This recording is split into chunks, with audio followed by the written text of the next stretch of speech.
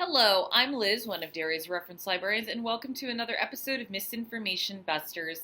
Once a week, we tackle a rumor or a false or misunderstood story, and we try to separate fact from fiction. This week, we are talking about Joe Rogan. So, what's the story? You might be familiar with Joe Rogan. His podcast, The Joe Rogan Experience, is the most popular podcast on Spotify, its exclusive platform, and probably the most popular podcast in the country. Rogan was in some hot water recently. On April 27th, he made the following comment on his podcast. Quote, "People say, do you think it's safe to get vaccinated? I've said, yeah, I think it's for the most part safe to get vaccinated. I do. But if you're like 21 years old and you say to me, should I get vaccinated? I'll go no. Are you healthy? Are you a healthy person? If you're a healthy person and you're exercising all the time and you're young, you're eating well, I don't think you need to worry about this." And this encouraged some backlash with critique that his comments were anti-vaccine. But were they? So, what are the facts? Looking at the statement, I am going to give Rogan a fair shake and say, if you listen, he is not discouraging everyone from getting vaccinated. His reasoning is that if you are healthy and young, you won't need it. So, arguably, this is not an anti-vaccine statement. But it is misguided. First off, healthy young people can get COVID and even die. According to the CDC, more than 2,000 people between the ages of 18 and 29 have died of COVID.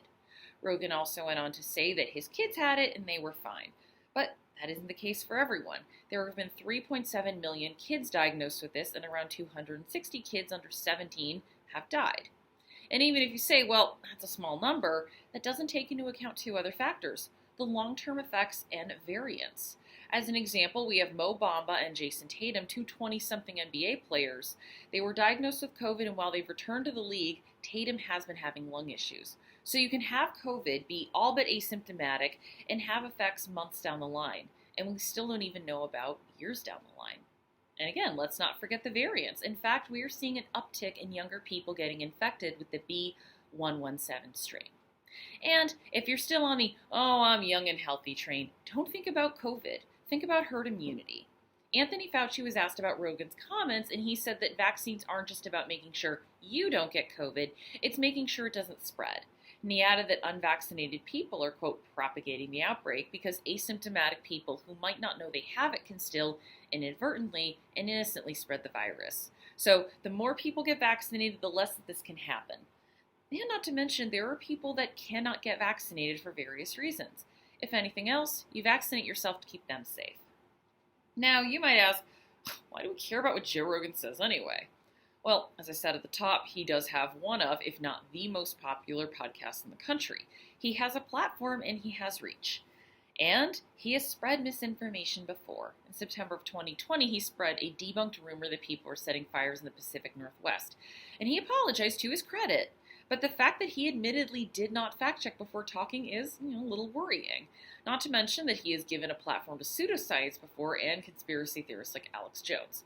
Kalina Katali, a vaccine misinformation researcher at the University of Washington, said that no one is getting all of their information from Rogan, and that's a straw man. But he can still have an effect in making young people, which are his primary audience, hesitant. Quote, hearing conflicting messages from someone you might trust and someone you might agree with typically, it can potentially cause you to be concerned. And this is why there was controversy.